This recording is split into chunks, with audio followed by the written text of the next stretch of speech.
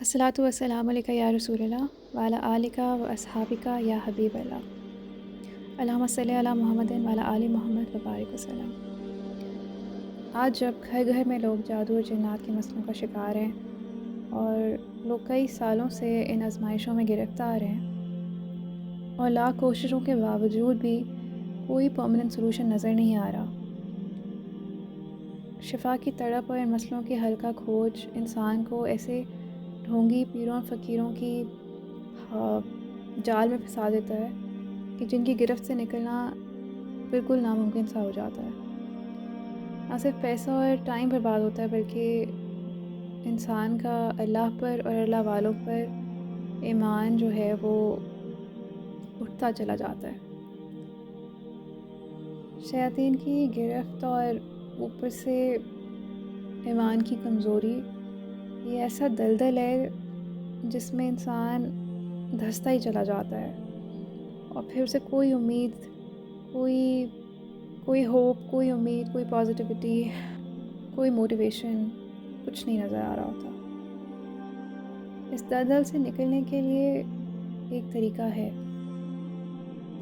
یہ طریقہ مجھے صرف اللہ تعالیٰ کے فضل سے ملا ہے اور حضور صلی اللہ علیہ وسلم کے قدموں کے صدقے ملا ہے۔ یہ طریقہ ہر لحاظ سے قرآن و سنت کے مطابق ہے، اس میں کچھ ایسا نہیں ہے جو قرآن و سنت کے برعکس ہو، اور اس طریقے سے سب سے خاص بات یہ ہے کہ یہ خود کیا جا سکتا ہے۔ آپ کو کسی کے پاس جانے کی ضرورت نہیں ہے، نہ کسی آستانے پر آپ کو گھنٹوں انتظار کرنے کی ضرورت ہے اور نہ ہی کسی پر ڈپینڈ ہونے کی ضرورت ہے، نہ کسی کے فون اٹھانے کا انتظار کرنے کی ضرورت ہے۔ لیکن اس طریقے کو پوری طرح سے افیکٹو اور پازیٹیو رزلٹس حاصل کرنے کے لیے آپ کو کچھ کنڈیشنز کو اپنانا ہوگا۔ آپ کو سب سے پہلے اپنے آپ کو ہر طرح کے شرک سے پاک کرنا ہوگا۔ اگر آپ اب تک کسی سے کوئی علاج کرواتے آ رہے ہیں تو آپ کو ان سارے وظیفوں کو، چلوں کو، ترکیبوں کو چھوڑنا ہوگا۔ آپ کو اپنی امید صرف اور صرف اللہ تعالیٰ سے لگانی ہوگی۔ آپ کو بھروسہ صرف اور صرف اللہ تعالیٰ کی ذات پر رکھنا ہوگا۔ آپ کو صرف اور صرف توکل اللہ تعالیٰ اور صرف اللہ تعالیٰ پر رکھنا ہوگا۔ آپ کو ہر طرح سے کوشش کرنی ہوگی کہ آپ ایاک نعبد و ایاک نستعین پر ڈٹ کے کھڑے ہو سکیں، اور جب آپ ایاک نعبد و ایاک نستعین پر ڈٹ کے کھڑے رہیں گے تو اللہ آپ کو وہ صراط مستقیم دکھا دے گا، وہ صراط مستقیم جو آپ کو ان ساری آزمائشوں سے، ان ساری تکلیفوں سے چھٹکارا دلوا دے گا۔ لیکن صراط مستقیم کے ملنے کی سب سے بڑی شرط یہی ہے کہ بندہ ایاک نعبد و ایاک نستعین پر کھڑا رہے، اور یقین کریں ایاک نعبد و ایاک نستعین پر کھڑا ہونا بہت مشکل ہے۔ ایاک نعبد و ایاک نستعین کا مطلب ہے کہ آپ اللہ کی عبادت کرتے ہیں اور اللہ ہی سے مدد مانگتے ہیں۔ ہم نے ہی کو بھی بنا دیا ہے، ہم اللہ کی بھی عبادت کرتے ہیں، ہم اللہ بھی سے مدد مانگتے ہیں۔ یقین کریں عبادت میں اور محبت میں بھی کی گنجائش نہیں ہے، اور جب بھی ہم اللہ تعالیٰ کے ساتھ بھی لگاتے ہیں اللہ تعالیٰ کو یہ بات ناگوار گزرتی ہے، اللہ تعالیٰ اپنے ساتھ بھی برداشت نہیں کر سکتا، تو بس چاہتا ہے کہ ہم اسی کی عبادت کریں اور اسی ہی سے مدد مانگیں۔ اور جب تک آپ اللہ تعالیٰ ہی سے صرف مدد نہیں مانگیں گے آپ کو آپ کی مشکلوں کا حل نہیں ملے گا۔ جب تک آپ صرف اور صرف اللہ تعالیٰ سے امید نہیں لگائیں گے، آپ کی پریشانی حل نہیں ہوگی. آپ کو صرف اور صرف اور صرف آپ کو اللہ تعالیٰ پہ بھروسہ رکھنا ہے. آپ کی آس، آپ کی امید، آپ کی دعا صرف اور صرف اللہ تعالیٰ ہو، صرف اور صرف اللہ تعالیٰ سے ہو. اور جب آپ اس اسٹیٹ پہ پہنچ جائیں گے کہ جہاں آپ کی امید، جب آپ کو یہ لگے گا کہ میرا مسئلہ اور اس مسئلے کا حل صرف اور صرف اللہ تعالیٰ مجھے اس سے نکال سکتے ہیں، یقین کریں سامنے آپ کو آپ کا اللہ نظر آئیں گے، سامنے اللہ تعالیٰ کھڑے ہوں گے. یقین کریں کہ جب آپ اسٹیٹ پہ پہنچ جائیں گے جہاں آپ کی سوچ میں، آپ کی گمان میں، آپ کے دماغ کے ہر گوشے میں، آپ کے دل کے ہر گوشے میں صرف اور صرف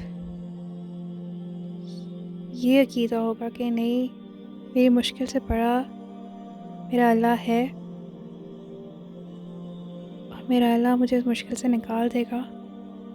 اور طاقت کا لفظ غیر اللہ کے لیے بنا ہی نہیں ہے. ساری کی ساری طاقتیں صرف اللہ تعالیٰ کی ہیں.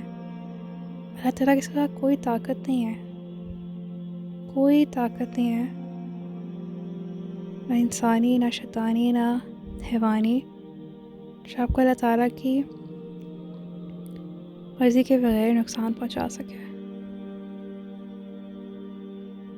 اس آزمائش کا آنا بھی صرف اسی لیے ہے کہ آپ اللہ تعالیٰ کے اور قریب ہو سکیں. روشنی کی سب سے زیادہ قدر جو ہے نا وہ اندھیرا کراتا ہے. اندھیرے میں روشنی کی قدر پتہ چلتی ہے، روشنی کی اہمیت کا اندازہ ہوتا ہے.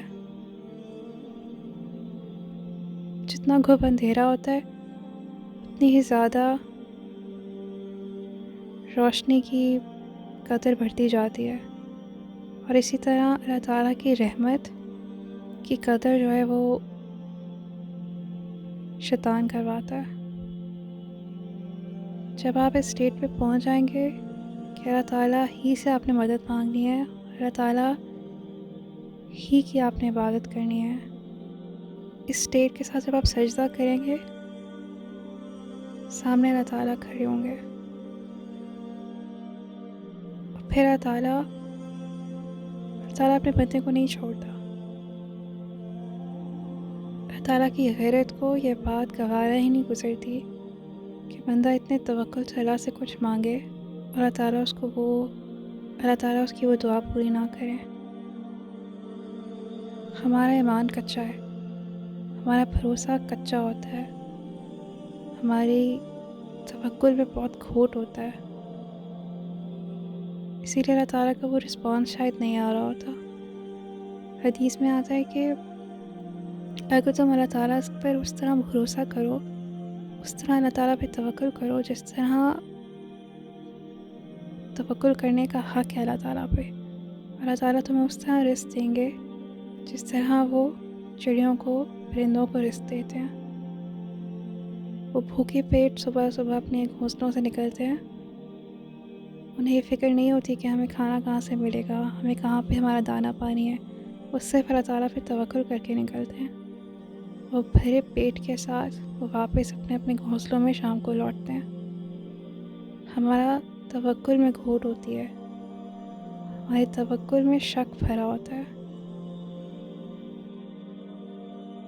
ہمارے زوم سارے اسباب پر ہوتے ہیں. میرے ابو، میری امی، میرا بھائی ہے، میرا دوست ابو وہ ہیں، منسٹر صاحب میرے دوست ہیں، جج صاحب میری کال پہ رہے ہیں، ڈاکٹر صاحب بہت قابل ہیں. یہ زوم ہے ہمارے. جب ہمارے یہ زوم ٹوٹتے ہیں تبھی ہمیں اللہ تعالیٰ نظر آتے ہیں. جب اسباب سے کام نہیں بنتے تو مسبب الاسباب تک بندہ جاتا ہے.